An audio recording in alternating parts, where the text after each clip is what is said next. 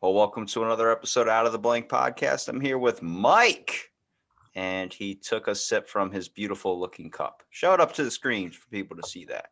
Come on now. Yeah, Muckey Landing. Like, If I don't promote it, I get in trouble. so what is Muckey Landing, Mike? Podcast. It's an audio fiction podcast. My wife has been playing with the idea for 4 years now. And she finally got to the point where she had enough episodes written back in February, I guess it was January, February, and she put us all to work. Now, what's it exactly about? Like, I'm already thinking that it's like walking through tar. What do you mean by Muckey Landing? Like when your shoes squeak? Well, like when you walk out on a marsh in the lovely state of Delaware and you lose your shoes. I know that feeling all too well. Oh my God. I live in Ocean City, and people think that since we're surrounded by a bay and then the ocean on the other side, they think that it's an actual bay. No, it used to be marshland, and it's just flooded so much that it's like if you try and walk through that, you lose your Crocs, your flip flops. I found a pair of Oakleys, rings, phones, everything in that thing. And pants sometimes too. How do you lose your pants?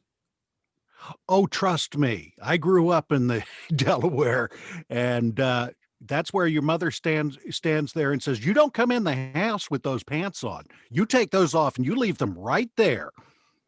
I think that's happened to me maybe once when I was a child, and then eventually we just got plastic on all the furniture where it was like you could sit and you just, if you don't take your pants off when you're sitting on plastic furniture and it's wet, you just slip right off. That one I haven't experienced. You've never been into someone's house where their whole furniture system is just plastic. Like we used to have these mats at my grandparents' house that were to keep the dog off certain parts of the carpet. They were really sharp spikes in your feet.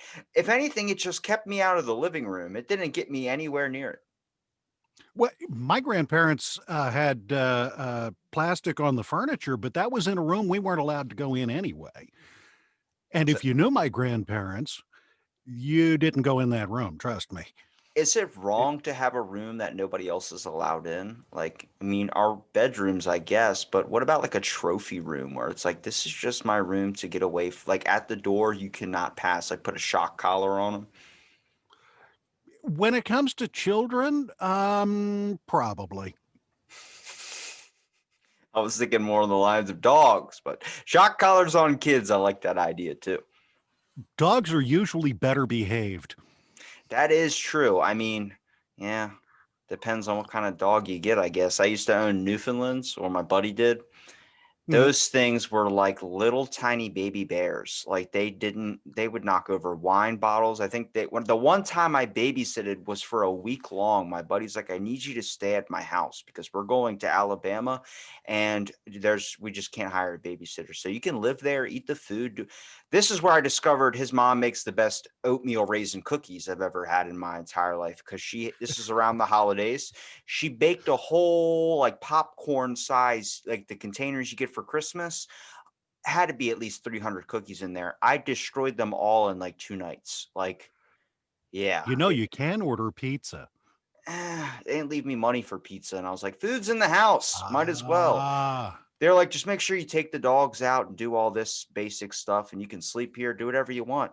Well, the one night I was watching them, I think it was like the third night in, they had a giant wine collection. You know, you just have fancy wines hanging around your house. I don't know why people do it, but apparently it makes you look elegant. And they probably 145 pounds each of these dogs were under the age of 2, ran right into the damn thing and knocked the whole thing over. And I caught it on video. You just hear me go, what are you guys doing? And then this rack just falls and breaks. And I'm like, no fucking way. yes, the expensive dogs. Yeah, the ones that are like, I'm gonna pay 8 grand for this one because it's hyperallergenic or whatever. Then it tears up your sofa that you have plastic on. I'm like, just adopt one. They need love too. Except if I mean, I'm not the guy that would want to adopt like a 15-year-old dog because I feel like is that mercy killing? Because it's gonna die soon anyway. Now you're getting into one of those areas where I've never been, although I've had some old dogs, but they started out as young dogs, as so many of us do. And yeah, the old dogs need love too. I'm tossing you out perfect movie ideas. These are scripts to a film. Yeah, that's probably it, but you're not talking to the right one. I'm not the writer. You're just the actor. I'm the actor, I'm the editor, I do all of that fun stuff, but the whole writing thing, no, no, no, no. You just said fun stuff, though. That's the most tasking stuff. Maybe acting's fun, but editing, oh my God, that's like, I don't know how many complaints I've come across on like Twitter or any of these Facebook help groups for like podcasters or audio dramas where it's like, how I lost all my audio. I don't know that. And they're just asking questions. I'm like, this is like probably the toughest thing, which is why I don't edit. I just put it into a WAV, and then next thing I don't even know what that means. I'm just like, they say put it in a WAV. It sounds technical, and I like to use the term. Well, as long as you sound technical, it's okay, I guess. I don't know. Hey, this is what I grew up doing. I was a sound tech long before I became an actor or any of the other myriad stupidity things that I've done. But I was doing sound back in my early teens. And, you know, today, this isn't hard at all.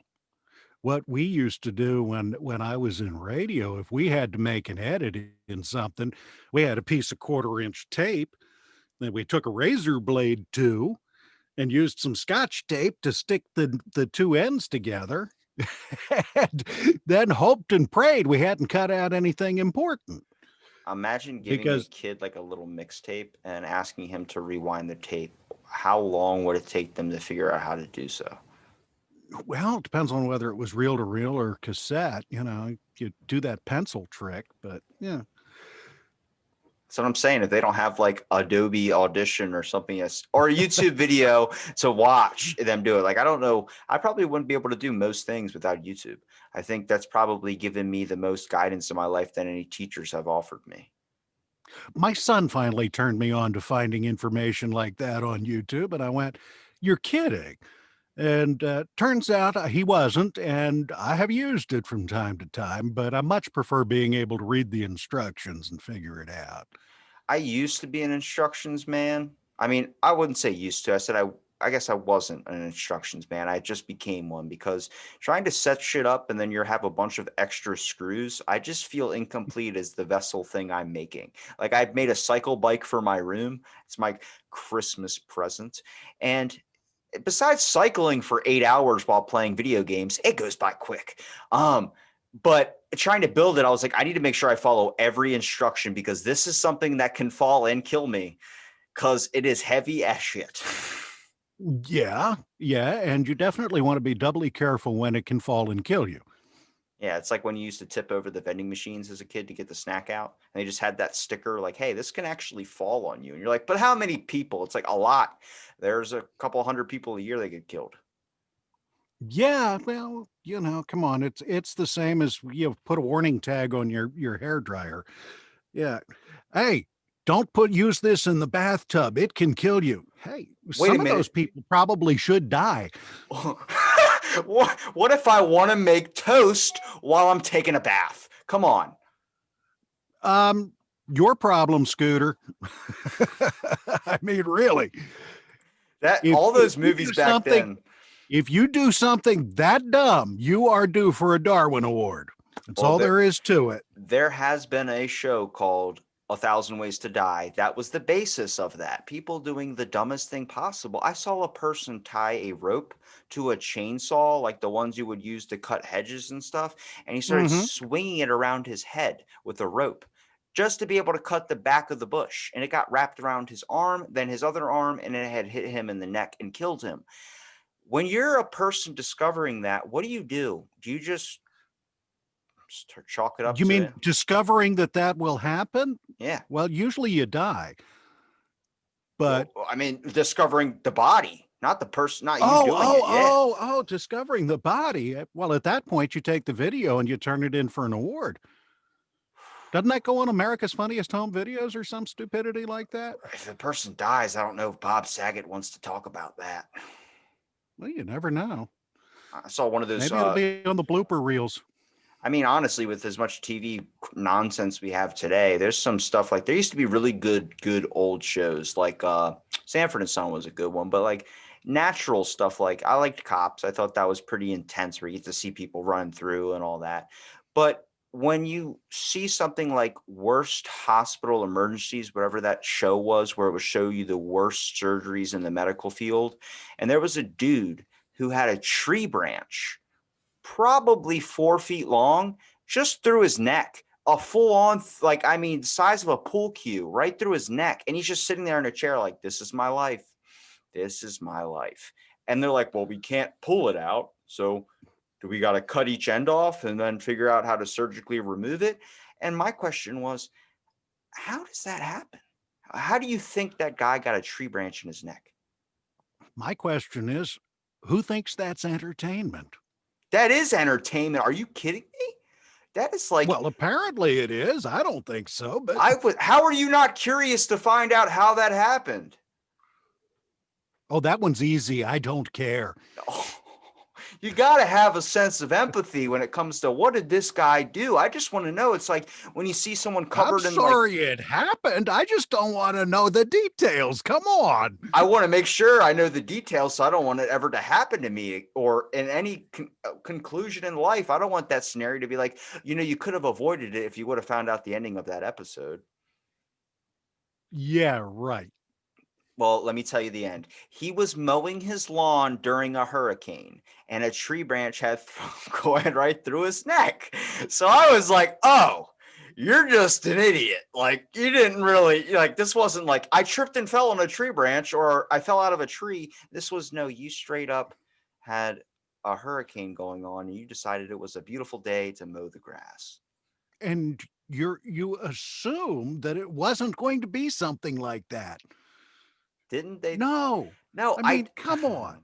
I just thought maybe there was like a scientific like anomaly that happens. When people were saying you could spontaneously combust. When I was a kid, I thought that was a real thing. That like one day out of nowhere, I could be sitting down having tea with my grandkids and I could just spontaneously combust. I never thought of it.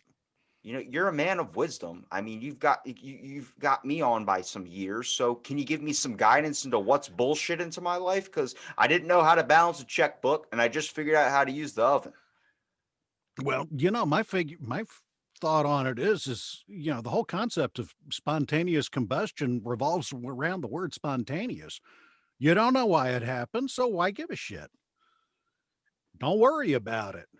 If it happens, you're not going to be around long enough to worry about it. It's just going to, whoop, you're gone. Yeah, but Why worry? I worry about a bunch of stuff that hasn't even happened yet. I'm still worried about the monoliths that are popping up everywhere. Like, you want to talk about writing a script to a movie? 2020 has been the best movie to have 24/7. That's true. That is absolutely true. It has been like something totally out of a movie.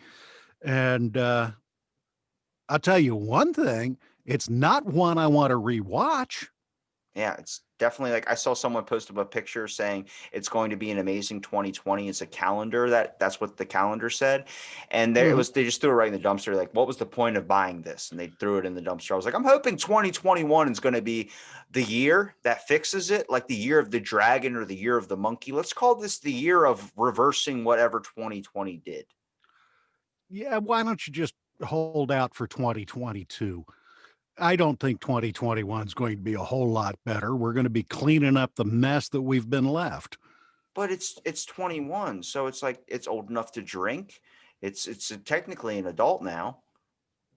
Well, yeah, that's true. But look at what happened. The adults got us into this mess in the first place.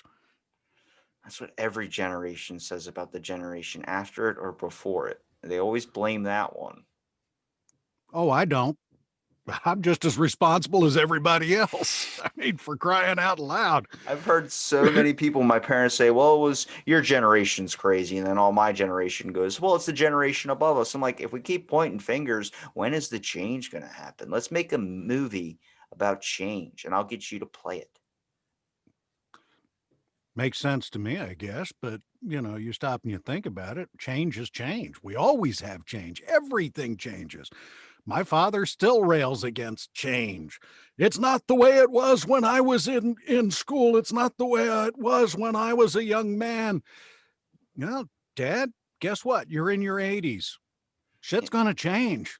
As much as like the editing and stuff is easier for us now to be able to do with the amount of technology that we have compared to back in the day, there's also a lot of things that have adapted that make it difficult, such as getting acting positions or getting acting roles. There's this whole push and pull scenario of, things that you have to have, things that have to be taken out, things that it's just this whole mix where it's like this whole long list of things you have to do to be able to even get a movie made now. And with coronavirus too, trying to make movies now during coronavirus. I mean, I saw so many commercials now that seem weird to me, but they're wearing masks. And it's like, you're on set, like, it's a small confined group. It's kind of like the size of a household. It's just weird to see it. You know what I mean? Like, there's going to be people that are going to maybe 5, 10 years from now going to look back at YouTube videos and be like, what was this year where everyone was wearing masks in these commercials? Like, is this an SNL skit? No, unfortunately, it isn't an SNL skit, but somebody gets sick, you're down for 2 weeks. Yeah. It's most places don't have the budget to do a CGI replacement. Yeah, and most people with that mindset and thinking of like 2 weeks or all these causes and all these effects that could happen when you're trying to film something, it's going to stop the production of the movie industry and it's going to stop production of a lot of things. I mean, we've known it in society to kind of drop our economy a little bit, but on the fact of like, how difficult is it going to be able to produce a movie or make the next Avatar? I'm still waiting for that next thing to come out. Well, the next Avatar would be real easy because that's a bunch of geeks sitting around computers. But I mean, yeah, I know exactly what you mean. Recovery is going to take time, and it's going to take time for vaccines to cut in. Everything is going to take time. We're not going to, that's why I say wait till 2022, because 2021 is going to be a total recovery year. We're going to be getting vaccines out there. We're going to be relearning how to go out and do business in person. And it's going to be just as weird as 2020. Hopefully not as, hopefully the murder hornets won't be a thing, but Do you think audio dramas are going to be making a spark on the concept of that's a better form of listening now, a better form of entertainment than it seems like a lot of movies are? It's becoming like increasingly popular.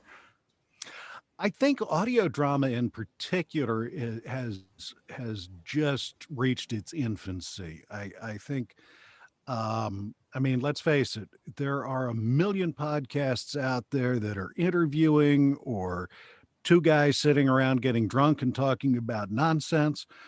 The only thing we're missing, I guess, is the drunk. Depending on what you got in But that coffee cup.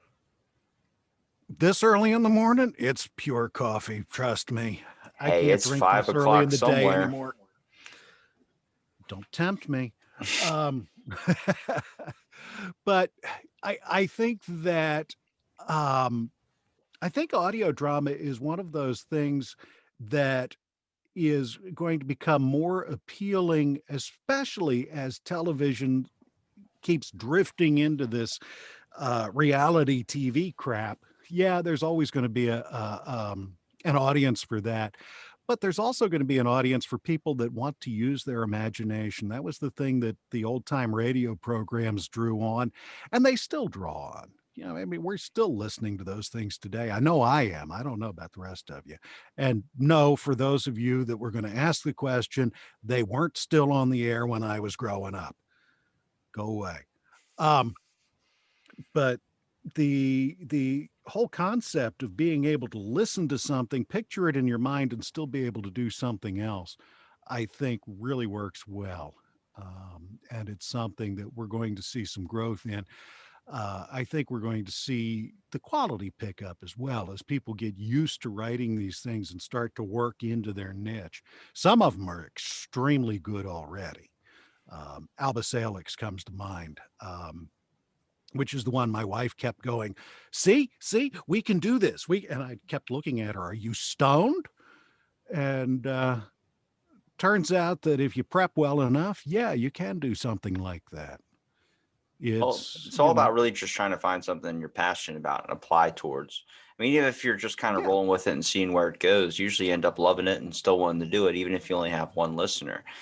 The craziness is like there's so many people that talk about radio's dead, TV's dead.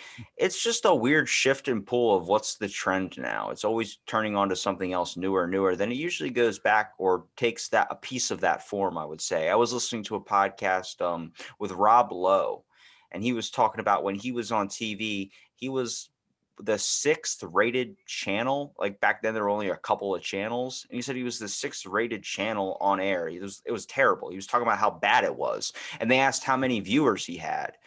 Nine, I think, was it 9 million, 19 million that he had that were watching his network, and he was the sixth one. And the most popular one today, The Big Bang Theory, only gets maybe close to 1,875,000 or something like that. It's just weird to see. And it's like, oh, well, now there's more channels. But that was considered a failure. That show was considered bad when he was on it Mhm. because of those ratings. And it's weird to see the shift of how now we view the whole system of ratings and how it's all kind of grown. Well, the whole system of ratings, I think, is antiquated and probably should be ignored at this point. I mean, are you reaching enough people to do whatever it is you want to do? Whether it's sell advertising or sell Coca-Cola, whatever it is that your network is set up to do. And with a podcast, you're not really set up to sell, at least not initially. Your job is to get out there and have people enjoy it. If people are enjoying it, if they come back and listen to it a second and a third time, if they wait for the next episode and listen to that, well, you've accomplished your goal. If your goal is to hit 1 million listens in the first year, um, I want what you're drinking. I mean, Yeah. I I so don't many think there are a people lot of people that can pull that one off. yeah, so many people are trying to chase after that fame aspect of wanting like a million listeners or a billion listeners. And I'm just like, you got to do it because you just want to do it. Like for Yeah. me, this is just fun for me to be able to chat with someone like you. And we live so close by. Like that was a weird thing where I was like, holy crap, wait a minute, you're in Delaware. I'm in Ocean City. That's so close. Um, it's Yeah, this 50 miles. yeah. It's this thing where it's like it's just cool to, be able to talk to someone or be able to do something. And when you start trying to worry so much about like it's the reason why like people always say don't take network advice, don't take all these types of advice when you're doing TV, like Rob Lowe kind of talked about a little bit. He goes because they're usually wrong. They're just trying to figure out what the audience want, and what the audience really wants is you. If you have your base of listeners, they're coming back for you. They're not really so into like, oh, he's doing funny voices or he's doing this. No, it's they're coming back to hear a conversation. They like that fly on the wall type thing. In this case, yeah, everybody likes something different. No, there are no two people that are exactly the same. So, you want to find something that people do enjoy, and the hell with the people that don't enjoy it. Have you ever had something that you wanted to create, but you felt like maybe the people wouldn't like it? Maybe that stopped you from doing that? Because it seems like that's in everybody's head at one point. Yeah, probably. I think at one point I wanted to be a novelist. That kind of got screwed up at college, but you know, um, I can't say as there is something that I've really been head up for that I decided that people wouldn't like it, so there was no point. Um, of course, I can't say that I usually come up with a lot of things in the first place. I'm pretty happy to sit around and read and not do a whole lot of anything, but got to get over that anyway. You get That's fat doing that. It's easier just to sit around and just hang out, especially after a long day of work. But then I feel like if I'm not doing something like trying to play video games, these people that can like play video games for hours and hours on end, I could do that when I was a kid. But now it's like after 5 minutes, I want to throw my controller through the TV or something. It's like, I need to go out and do something. Like I'll be so tired, but I'll be like, nah, I can't just sit around right now. Oh, son, let me tell you about the days before video games. When the whole idea was mom just threw your ass out of the house and said, don't come back. That is a pretty good old person impression. Well, the closer I get to old age, you know. No, but I know exactly what you're talking about. I mean, we almost feel that we have to be productive. We have to be doing something. You know, you can't just sit there with your feet up and say, I'm not doing anything today. I'm going to be a waste of food, which is what I did yesterday. My wife keeps looking at me going, are you just going to sit around and be a waste of food? Well, yes, actually I am. Um, I've got a projects that I really should be taking on. I've got a dining room table I need to build, but haven't gotten there yet. I'll get there. You're talking But, about building things, and I'm trying to build my cycle bike so it doesn't fall and kill me. And you're talking about building a kitchen table. well, it's a lot less complicated. For some people, sure. But trying to understand the Pythagorean theorem is easier to me than it is trying to build something from IKEA. That stuff's just a pain in the ass. I wish it would just come made. Well, if I had bought it from IKEA, I would have probably wished the same thing. Have you ever read the damn instructions for those things? It's like a picture I saw the other day of a box of pine needles. It was a Christmas tree from IKEA. I mean, really? Yeah, people talk about how hard it is to buy an actual Christmas tree and how much that is to set up. I'm like, that's easier to me than going and getting a fake tree and trying to remember how to set it up, because the only time you know how to do it is the one day a year when you actually need it. Yeah, especially if the instructions somehow vanished about 10 years ago. And you're stuck here with all of these various lengths of stuff that somehow got twisted up in the basement, and you're staring at it going, okay, which one goes on the bottom? And do I start at the bottom or do I start at the top? I can't remember. Ah, You just almost explained easier to go get a real tree. You literally just explained the other day for me where it was like you have to take branch A and put it into segment B and then find segment C and approach it on to segment D. And I'm like, where's the numbers and letters on these things that are telling me where to put this? Ours are color coded along with a letter code. The letter code is kind of faded over the years. But the thing is that not only are the letter codes faded, but there is one set of branches, or I guess two sets of branches with the same damn color. So You you never sit make there and you go, which one of these greens goes where? And, you know, I hate that damn tree. That's what My I'm wife saying. loves it. My People are like, wife loves it, but she's the one that's got to bring me booze while I'm putting it together. I know it's something that as simple as base materials shouldn't be so damn complicated. Comparing that we're so adapted to technology, we can figure out easy problems when our computer bugs up or something, or a porn site doesn't load. But when it comes to building a freaking Christmas tree to impress the family or impress people that come over, I can't do it. Well, you know, What's the science in that?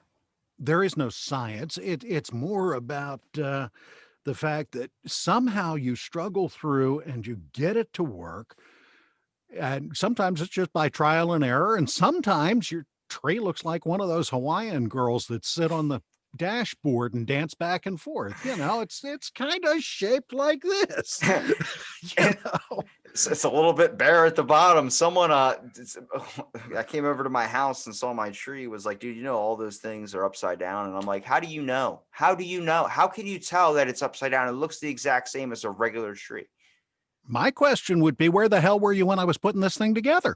Exactly. It's like the one time. This is why when I saw that you work with you do woodworking, that fascinates me so much on the aspect of me trying to put my shelf that's in my studio over here just up was a whole project. They're like, you have to find where the level is, you have to do all this. And I'm like, how about I just take this? This looks about even. Okay, got those, screwed those in. And then you need studs for the wall and shit. Didn't know that. So I had this beautiful shelf where now the top piece of wood for the top half of it is completely bent because my buddy decided to put a drink on it and apparently it wasn't stable and I didn't make it right, he said. And it broke down and fell and hit the ground and broke every glass thing I had on it. So then he ended up doing it. And I watched this man pull out his whole toolkit, lay out his Hmm. tools, do a check on all the tools that he had to make sure he had the right ones. Then he built this shelf, and for 30 minutes, I watched this dude just ridicule me while he's building my shelf. Then next thing you know, for the next 4 hours, he's talking about, look how excellent that shelf is. It is so precisely made to the point where I broke it down myself. I was like, no, I'm not going to let you have this. Yeah. Yeah. But, if he breaks his arm patting himself on the back, he's pretty much useless anyway. I'm telling you, that's why. What have you created using woodworking, and why did you choose to deal with that in the first place?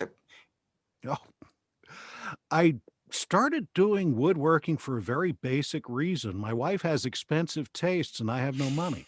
Um, she said, I want a table. I want that table, the one with the big hole in the middle with the sink in it so that I can entertain by putting ice in the sink and putting booze in the ice.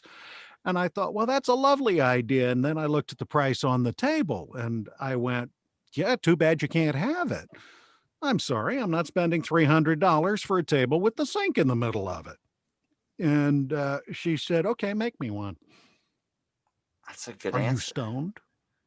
Are you stoned? You know, I'm afraid I'll lose fingers and shit. Dad introduced me to woodworking basically by saying, all right, this is the woodworking shop. Don't touch anything. Get out. He didn't have the patience, and I don't blame him. I was an obnoxious child.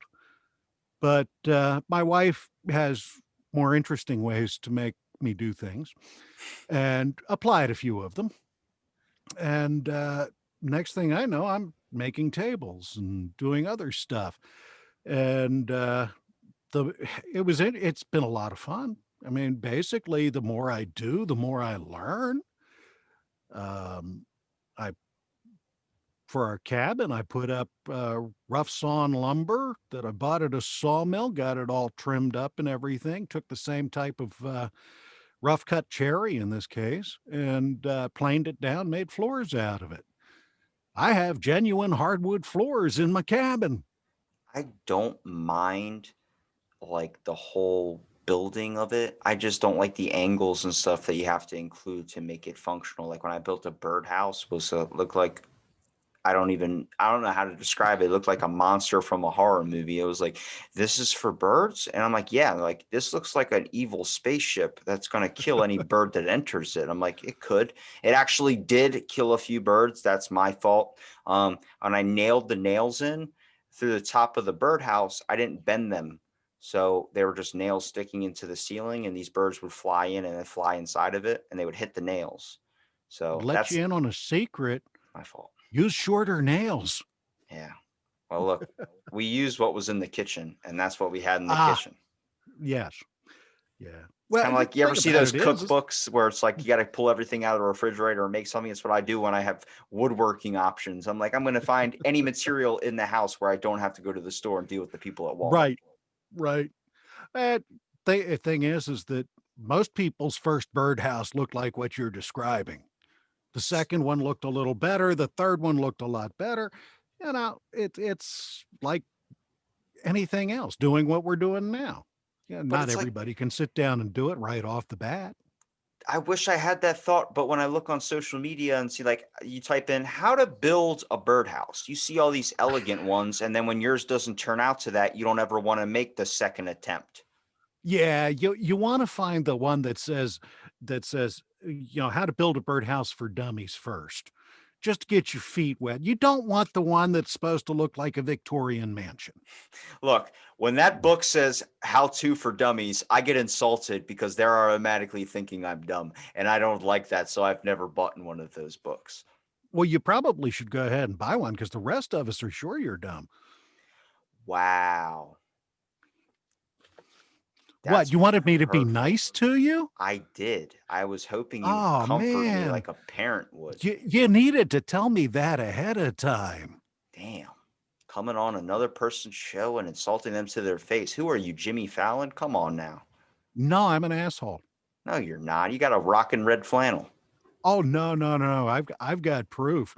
I've got a receipt from a local restaurant, and I'm labeled asshole number 3. There were 2 others of us that were better than I was. How did you get that receipt? The guy had printed it on there. He put me in the computer as asshole number 3. What'd you do to make him call you an asshole? Probably the same thing I just did to you. I was rude, obnoxious, and an asshole. Is that why you build things? To get away from your feelings? No, I do that to get away from people. That's the best answer I could have ever received. Oh, man. So what is Muckey Landing, though? Like, what's the concept of it? Well, the concept of it is my wife has been entertained by my best friend and I for about 30 years. And we sit there and we say nasty things to each other, as many dumb things as we can come up with. If there's a good riff, we'll spend 5 minutes doing dumb shtick. We've always been good at it, and we've always had a good time. And we're both in community theater. We've done shows where, we're the bumbling idiots, and thoroughly enjoyed them. And Chris loved it. And she says, somewhere in me, I have a play. Well, that play morphed into a podcast. And she said, okay, let's see what we can do. And Muckey Landing itself is a small fictional town in Delaware, somewhere east of Route 1 in the marsh. And it's, every small town cliche with every small town lunatic and weird character that'll wander through the store that is owned by these 2 morons, Harmon and Virgil. And it's just whatever happens to come to her mind at that time. And what comes to her mind is funny. I mean, if we sit here, we're reading the script for the first time at a table read, losing our minds, laughing hysterically. Sit there, watch Bruce do a cold read, and he's, turns the corner, flips the page, and goes, Chief's toupee. He's gone. There's nothing wrong with that. In fact, that's something I enjoy. If you can bust up your cast, you've been doing something right. So, in a nutshell, Muckey Landing is pure entertainment. If you hear the phrase, and today, ladies and gentlemen, a very special Muckey Landing, we're fucking with you. We're not going to do it serious. There's not going to be a very special Muckey Landing where Virgil comes out of the closet or some stupidity like that. At least unless we play it for laughs. So it's a comedic one, not more like any of the serious audio dramas that come out. No, it's totally comedy. It's totally played as farce. It is, if it's not supernatural, it's not sci-fi. I can tell you a lot of things that it's not. It's just plain, and I almost hate to say it, but it's old-fashioned entertainment. Okay, when you say old-fashioned, that means a new term nowadays. Is the comedy actually comedy, or is it like the cancel culture comedy, the one that everyone hates that I kind of like? I'm not even sure I know what that means, to be honest. You said Virgil coming out of the closet as a special episode. That's going to offend a lot of people. They're going to be like, he's making fun of it. It's not that, though. It's just the fact of that. There's been movies basically. You ever see the movie Don't Mess with the Zohan? That wouldn't be able to be played today because of everything that has happened in that movie with Adam Sandler.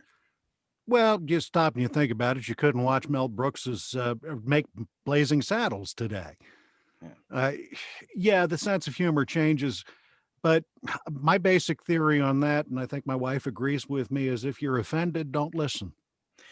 See, that's a great Yeah, theory. we use a bad word here and there, well, more than one. Um, we tell jokes that are probably not PC, we don't care. Are we gonna go out of our way to be offensive to a certain population? No, absolutely not. I mean, hell, we've got a transgender fire chief in this thing. Are we playing it for the transgender laugh? No. Just happens to be Virgil's cousin or nephew, niece. It's kind of hard to remember. Um, but it's a character that my wife liked. She wrote it in. She said, Chris said, I want this to be a transgender character. I don't want to make it a stereotype. I don't want to make it anything more than it is. So yeah, Virgil has a hard time remembering whether what the gal's name is. Hell, I have a hard time remembering whether it's a guy or a gal. Um, but it's we play a little bit with that, but it's not one of those situations where we're going to try go over the top to be offensive about it. Yeah, There are a there's lot funnier things out there than making fun of somebody's sexuality. yeah, there's things that I mentioned before about networking and giving advice. I had a writer for the Jim Jeffries show on here before, and he was talking about so many things that they had to regulate because he was a stand-up comic as well. So anything he would say in his stand-up would make, it was different than what he would write for the show because the show had so many restrictions on what might offend a viewer or what might discontinue us. Like once you start worrying so much about what the audience is saying, if you don't truly mean it, if you don't truly have this hatred intent, like I hate everyone type style, people are going to sense that. You know what I mean? Like when I watched Don't Mess with the Zohan, Dave Matthews was a racist redneck that hated everything. He hated puppies. He hated everything, but it was so stereotypical craziness that you laughed at it and you didn't think twice about it. But that couldn't be played today on the basis of there might be an oversensitivity issue, and some reasons it's a good thing, some it's not. But it really has kind of changed comedy and acting in movies in general. It hasn't. It again, you're back to why are you doing this? If you're doing this to appeal to as wide a range of people as possible, yeah, you don't want to offend anybody. If you are doing this to appeal to the people that have the same sense of humor, for instance, that you do, that's a whole different story. I'm just If you hoping don't one of my guests is care. going to be a crack dealer. So Let me know how that works out, especially making a deal over the internet.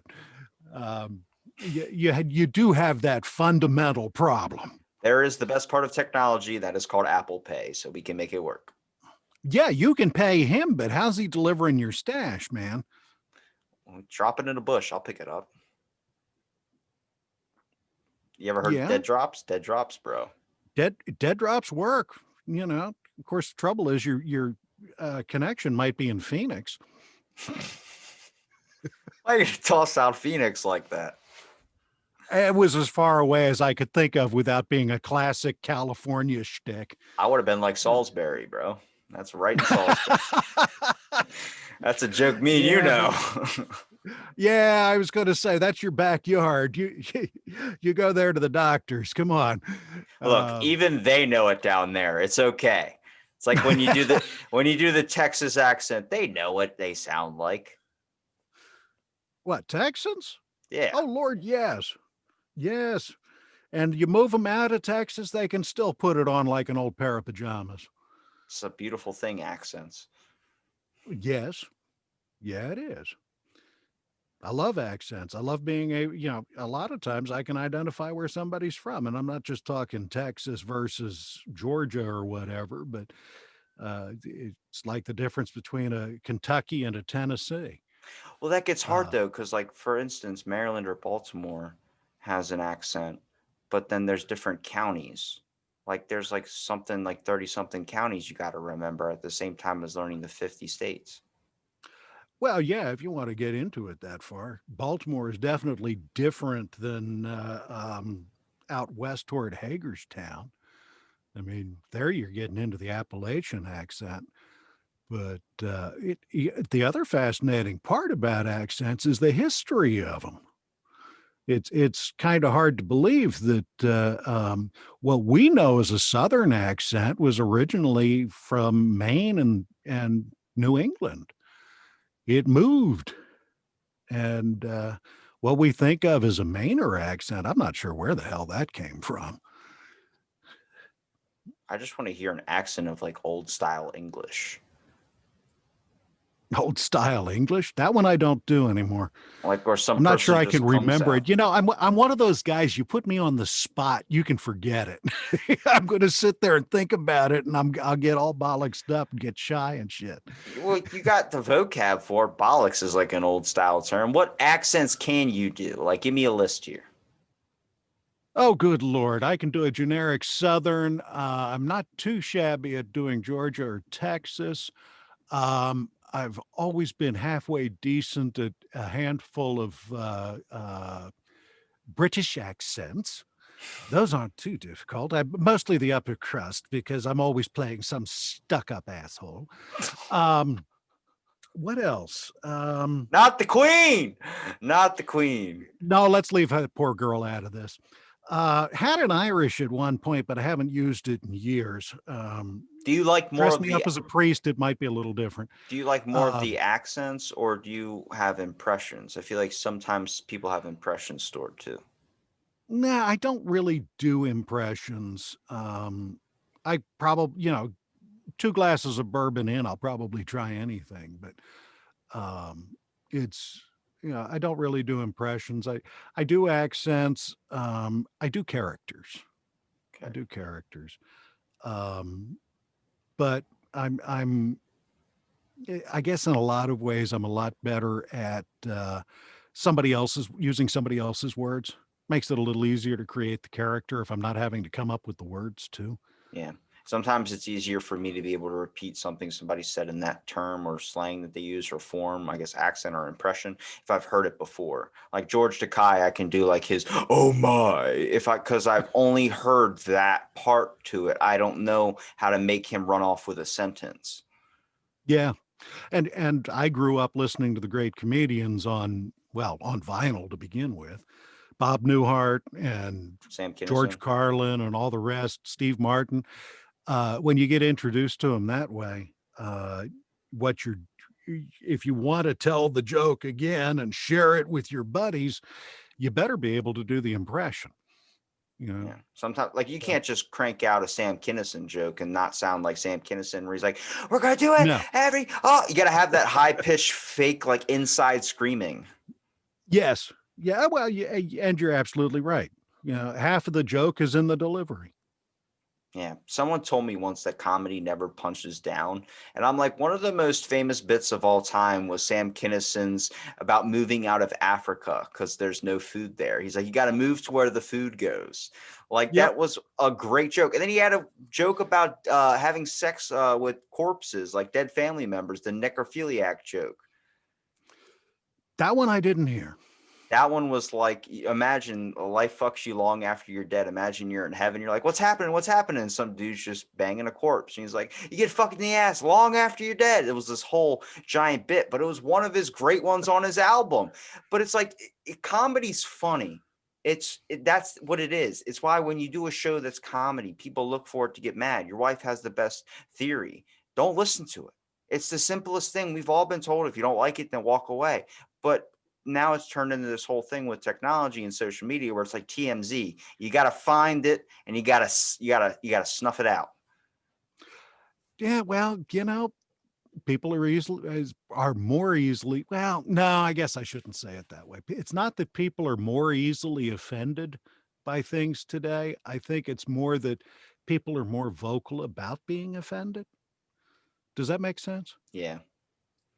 I More like mean, it's we have this whole option in front of us to send a quick tweet. Next thing you know, you're saying you're open and honest. You ever just like on YouTube or something, you see something where you don't agree or you were like, that's not true. And then you start typing out a whole paragraph of like, this is why it's not true. Then when you get to the point of sending it, You just got to hit backspace. It's like, why am I even giving the time for this? But people always hit that enter, and then it leads into this like 50 long text chain of just arguments. I'm like, Jesus, like, move on. It's probably got a lot to do with the anonymity that you have online. You know, are you going to walk up to your buddy and say, hey, that offended me? No, you're just going to kind of walk away. But if you can do it where they don't know who you are and you don't have to live with the consequences, well, not only can you be offensive, but you don't have to listen to anybody who's offended.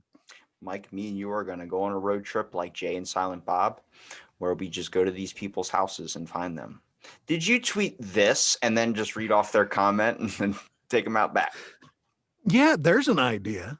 There's a really good idea. But you might want to pick somebody who's in a little better shape, because otherwise the two of us are going to get our asses kicked. You are very intimidating, so I know you would be the muscle in this situation. Are you kidding? The biggest danger is I might fall on them. I don't know, man. You're rocking the red flannel. That's what we call a murder flannel. Oh, is that what that is? It's just warmed me. Well, Mike, dude, I appreciate you for giving the time to do my podcast, man. Do you want to promote Muckey Landing? Do you want to promote anything else?